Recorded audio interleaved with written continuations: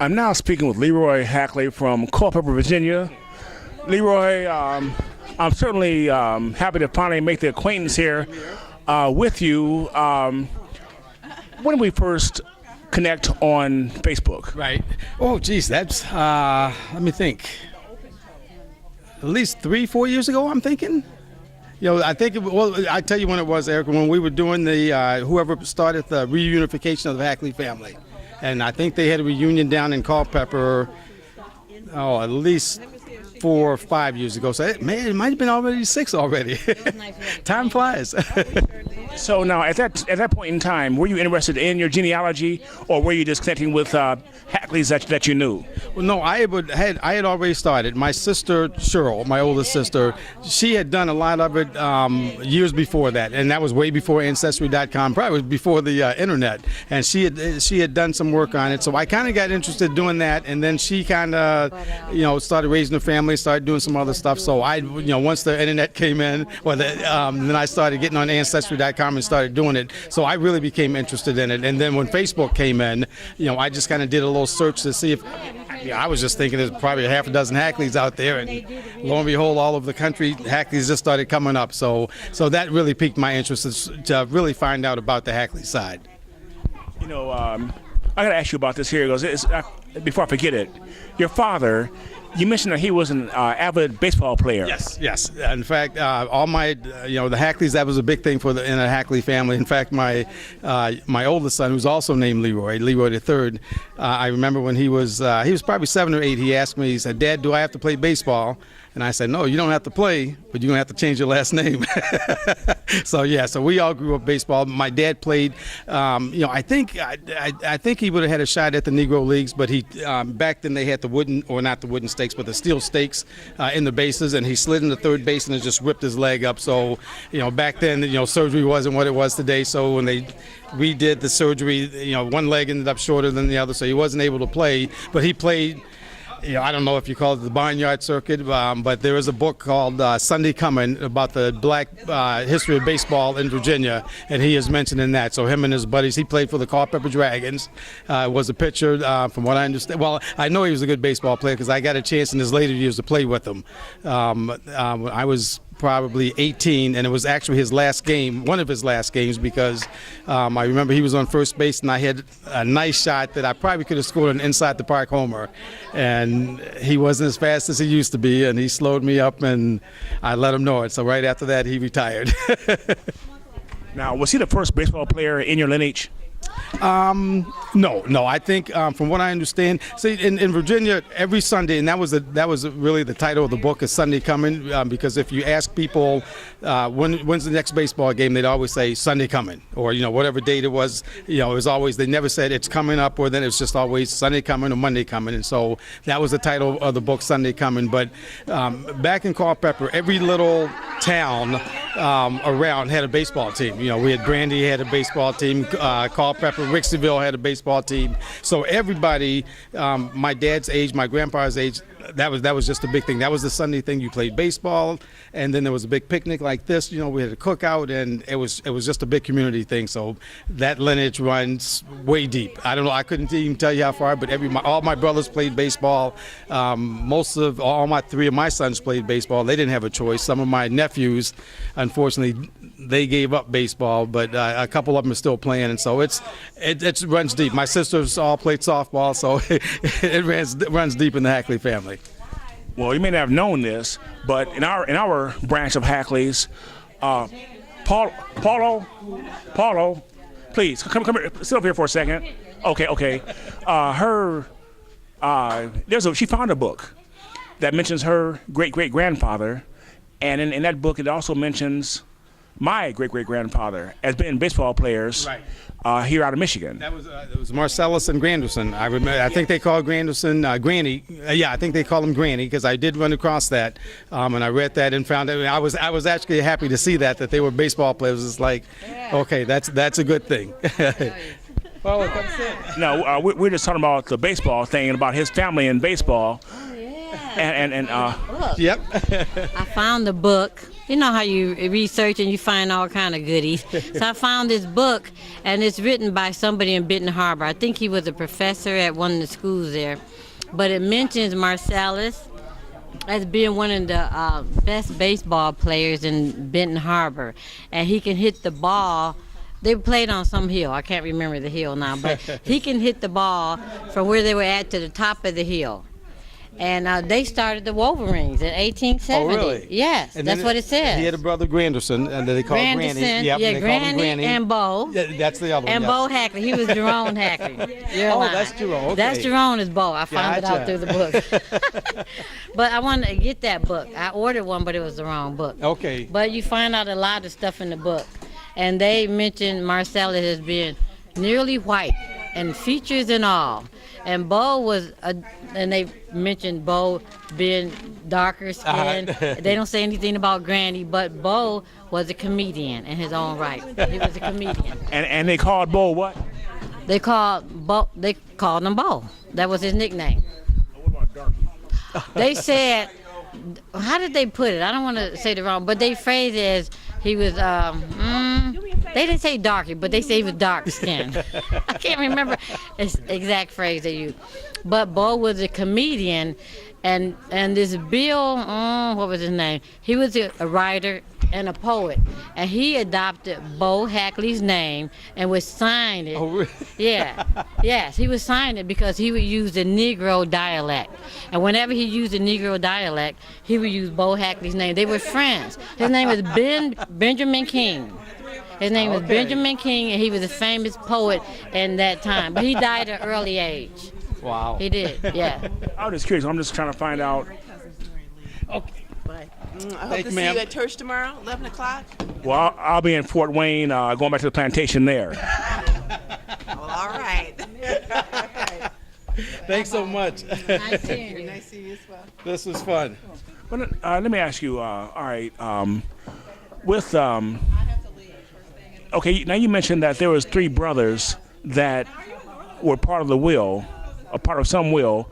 Now, was that John Hackley's will, or whose will was that? That was one of the Randolphs. I think it was William Randolph. I'm pretty sure it was William Randolph. And they said he didn't have a family, or he didn't have kids, and he had 27 slaves. And when he passed away, in his will, he stipulated, and he mentioned them all by name. I'll have to go back and find the research that I did on it, but he mentioned them by name. Every one of the slaves, and so they had it separate. This slave, whatever the name is, and they actually had a description of the slave, and it said, when I'm no longer of this earth, these people will be free. And he made sure that he had a lot of his lawyer friends around, because he said he didn't want any mistaken, he didn't want anybody to think that he was mistaken about it. And so when that happened, and then I know I'm pretty sure there was a James Hackley, and that's where I'm not sure if this is the lineage that came from, but those slaves became free the rest of their lives, they said, and then they slowly moved out towards this way. So through Ohio, and all of a sudden through Michigan, and so I'm thinking that's probably part of your family line. Unfortunately, my family line, we think. And the other thing they said about William Randolph is that he educated his slaves. And they said he made sure that all of them could read and write, and he actually taught them. So they actually left a free slave and an educated slave. And I'm thinking with your grandfather, J.W. and some of those. They probably had that advantage there. Most of my research on my family, most of them couldn't read or write. Most of them ended up after slavery being on the farm or being farmers. So I'm thinking, we didn't get that luxury. I'm thinking that we didn't get that luxury to be able to become a free slave, and we stayed right around that area and from that point. But there was a lot of Hackleys in Culpeper County. Yeah. But I did find out that I sent Paulo a copy of this, that John William Hackley wrote a letter to his mother. Okay. Now, John William Hackley was born in 1807, and the letter was in the 1820s. Gotcha. So that would have been about the time of my great-grandfather, Bird Hackley. And we were talking about, his name was Burgess. They called him Bird, and I can't find anything past there. There was one point I remember seeing in a census, and I can't find it anymore, but they had Bird's mother living with them, but they didn't have her name. And so that's what I'm trying to find out. There was, I don't know if you guys have run across the name of Mars, M-A-R-S. Somehow there was a Sally Mars, so I'm trying to... I have run across a Mars. Okay. And I have a relative, and the mother's maiden name is Mars. Ah, well, we need to talk But again I don't then know because... if that's through my Hackley. You know, Yeah. it's through my, you know where? I think it's through my my Mitchell side. I got to Okay. find out and see, but I have run across that name, Mars. Gotcha.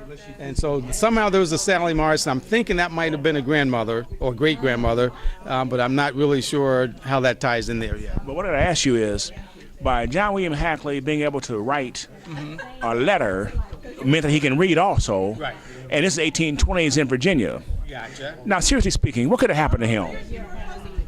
Boy, back in there, nothing really good, because that was around that time they didn't like to have, the slaves were not allowed, most of them were not allowed to read or write. They made sure they didn't have books and those types of things. So really to have, I think if you did find a Negro slave that could probably read or write, it was probably a free man. And, just like with the presentation we saw here, just because you had papers didn't necessarily mean that you're going to stay free. So you just had to, either get out of the area, or hopefully you got people that really realize that, okay, this is a free person and we're going to honor this. Why? What I've been trying to do is show how similar those times were with today. Right. Because from what you see, what police are doing today to black people, and even you were freed back then, they could take your papers and tear them up. Then there you are. Right.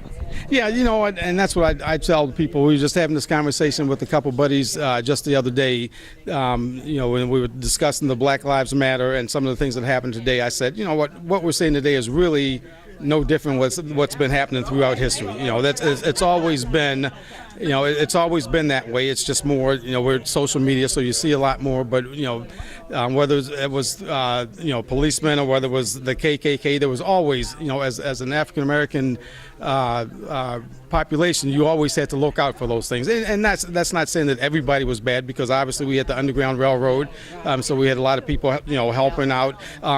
If you through your research, you probably saw it, which I didn't realize. There were a lot of free slaves back then. I had no idea. I just made the assumption that everybody was slaves there. Yeah, I used to think that. Yeah, but there were just tons. I was surprised that. Actually, in reading through the William Randolph, a little bit of the William Randolph autobiography, I think that's what brought it home. And then I started looking and stuff, and the other thing that surprised me was how many mulattoes there were. So you grow up thinking that, well, that didn't happen, and you look through the census, and that's all you see. I mean, it's just mulatto, and that was another thing that was surprising to me. So some say white. Yeah. They'll say mulatto, and then in the parentheses they'll put white there. Yes. Children was married to a judge, and it all says Yes. white. I just found that a few days ago. But if you can pass, they did. And that's what, and we were talking. Right. I think it was your cousin Peg last night that I was talking to, and that's what she said. She said people had to do what they had to do to survive. So, that's the historical piece, and hopefully we've moved past that. But in some ways we kind of slipped back a little bit too. So that's just the sad part of it. Well, it's what it is, and it's interesting. And as we, I noticed that you were also Facebook friends with Manny Hackley. Yes. And South Africa. And like I said, I had numerous correspondence with him, and then I asked him what part of Virginia was he from, and that's when he told me that he's from South Africa. And he goes, I remember, I cannot put my finger on it. When I was in Culpeper that time, probing around, I spoke with a lady, older lady. She's got to be dead by now. I thought her name was Manny. That's what I thought, and I met a whole lot of ex-wives who were Hackley's ex-wives. Right. But I talked to an older lady, and she had a daughter or a granddaughter living with her. I have no idea where I was at. Okay. And I just haven't found anybody that can remember that. But Manny's family, those Africans, we could have them hidden right here. Why is it important that we try to pull this thing together and to see just what this is? Well, for me, I've always been, and my wife will tell you, and I think my brothers and sisters will tell you, I spent a lot of time in cemeteries. Even as a kid, for some reason, I like to, if I was, I wasn't just seeking it out, but if I was at a cemetery or close by, I'd always like to try to tie people together. So, okay, this is so-and-so, and so looking at the date, that's got to be a dad or a brother. So for me, it's always been a historical thing. I've always been a pretty good history student, and I just think from a family's perspective, it's important to know where you came from. I look at myself now, and in 100 years, people are going to try to figure out, okay, well, if this guy was born in Culpeper, Virginia, raised in Culpeper, all his brothers and sisters, and how did he get to Michigan, and why did he come to Michigan? So I want people to know that this is how I got here. I don't, we have a lot of, I was just telling Steve there, in my family cemetery on the Hackley side, the church where everybody pretty much were buried. We didn't know for sure if they were buried there, but the church burned down. They built a new church, but all the church records were gone. A lot of the cemeteries aren't marked, and now as I go through death records, I see, well, they were buried there. We don't know exactly where, but they were buried there. So, the thing growing up in Culpeper, we had, and luckily it's changed now, but the cemetery that my mom and dad are buried in, years and years ago, there was a black section and a white section. The white section was immaculate. The black section, weeds were growing up, there was no headstones, and fortunately now it gets kind of funny, it's integrated, so it's mixed together, and it's kept up well, and I just, I have a sister that passed away when I was, I was born in 57, so she was 2. I was 2 when she passed away, and she was buried in the family cemetery up in another part of Culpeper County, but it was up in the woods, and it's all overgrown. This is my sister, and we have no idea exactly where she is. There's some great grandparents born there, and there's some headstones there. I have an idea where she is, because I remember going up that way all the time as a kid, but there's right, and I don't want to be that person. I don't want to, when I pass away, I want somebody to know that I was here. Right. And I just think it's important. I feel bad as a family that we don't know for sure. Yeah. We know where she was buried. We don't have the spot. I think I do know the exact spot, but it's overgrown. We have, nobody's done anything with the cemetery in years. Same thing on my mother's side. There's a church where they're buried. Her mom and my grandmother and my grandfather are buried there, but there's a lot of, you can see the indentations of the graves, but you have no idea where they are. And so, for me, just from a historical standpoint, I just think it's important. I think it's important to see, my kids. I grew up with there were seven boys and 6 girls. We didn't have a lot of money. We didn't know we were poor. We were just broke. We didn't know we were poor. But my kids didn't grow up doing without a lot of things. So they don't understand. They just think, well, this is the way things are, and they don't understand that people suffered. When I go back and look at, even just my dad, for instance. I never really thought about the hardships that he probably went through as far as all the racism and growing up in the in the 40s and the 50s as a kid that I just never thought about it. And then I look at my grandparents, and then you get to the slavery piece and just try to figure out, well, God, what's that like, waking up every day a slave, and then the things that they had to endure so that I got to where I am today. And and that, I think that kind of pushed me and drove me to just say, what, I'm going to be better than anybody around me because people laid that groundwork for me and allowed me this opportunity. So I just think it bothers me, I guess, when younger people don't really take that, they don't understand, what that's all about. Why, my kids don't understand, why does dad spend, hour after hour, and, like you, I'm on Ancestry every night just looking for stuff. And I not only do my family, if I find a connection, I put that connection on there so that if somebody else is looking, it'll come in. So I'll get people emailing me all the time, say, hey, I noticed that you're looking at this family, what's your connection? And I go back and say, well, the connection is really distant, but whoever you're looking for was, this to me, but we're not really blood relatives, but I want to make sure that you had that information. So to me, it's just vitally important. So that's just me, but I know it's not just me because Paulo does it. You do it. Steve there, Steve's got a whole bunch of stuff there. So I'm just glad there's other people out there that are doing it. Well, I've got to head back to Fort Wayne, but we need about another few days because I didn't ask. So, of us need to get together and get our whole research together. but cotton isn't grown in Virginia, right? That's tobacco. Tobacco is a big industry, and that, speaking of it, that reminded me. My dad was a truck driver, and when I was a kid, I would go with him sometimes in the summertime. And I do remember when we would drive down to the southern part of Virginia when he had to deliver whatever he was delivering, and seeing people work in the tobacco field. And that's when it really hit me that, that's when not to say that they were slaves, but that was the type of work that they were doing for free, and every day. And when I see people doing that just really hit me. But yeah, tobacco is, I'm assuming it's still a big industry there. We didn't really, I think the cotton fields were more south. I don't remember seeing any in Virginia. I don't remember people talking that much. Different areas. I mean, it's like when different Europeans, they went different parts, seeking different things. And when we talk again, because I was told that the tobacco fields are being replaced with marijuana fields because Philip Morris and R.J. Reynolds, they won't get caught sleeping on this one. Yeah, and it's being legalized everywhere now. So, I guess I could see that. I never thought about that, but somebody's got to cultivate it, somebody's got to grow it, and they got the equipment. Yeah, so you might as well do it. I'm thinking from the statistics that you see that cigarette smoking is going down. So yeah, they're probably not making that money there. So where else are you going to make it? No, China, because I'm getting off the subject here, but so many foreigners smoke 2 and 3 cigarettes at a time. I mean, they chain smoke. But anyway, I appreciate this moment. And I know that Hackleys across the field here are going to be appreciative of this here because I want the ones in Florida, Pennsylvania, New Jersey, Washington to know that we have at least connected. Right.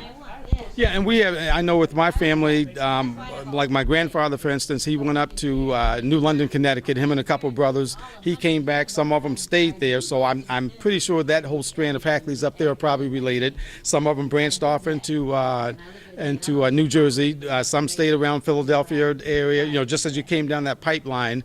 I know we have quite a few in the Washington, D.C. area, Northern Virginia area. So they're like I said, I didn't even know, again, coming to Michigan, I thought I was probably the only Hackley around, and come to find out there are hundreds of them. You did say something here about Connecticut. I haven't heard of any Hackleys in Connecticut except for Charles Hackley, who was born in Michigan City, Indiana, and that's the Muskegon guy. Gotcha. And when I went to Muskegon, they said, "Oh no, there's no black Hackleys." They told me that right up front before I did the interview with them.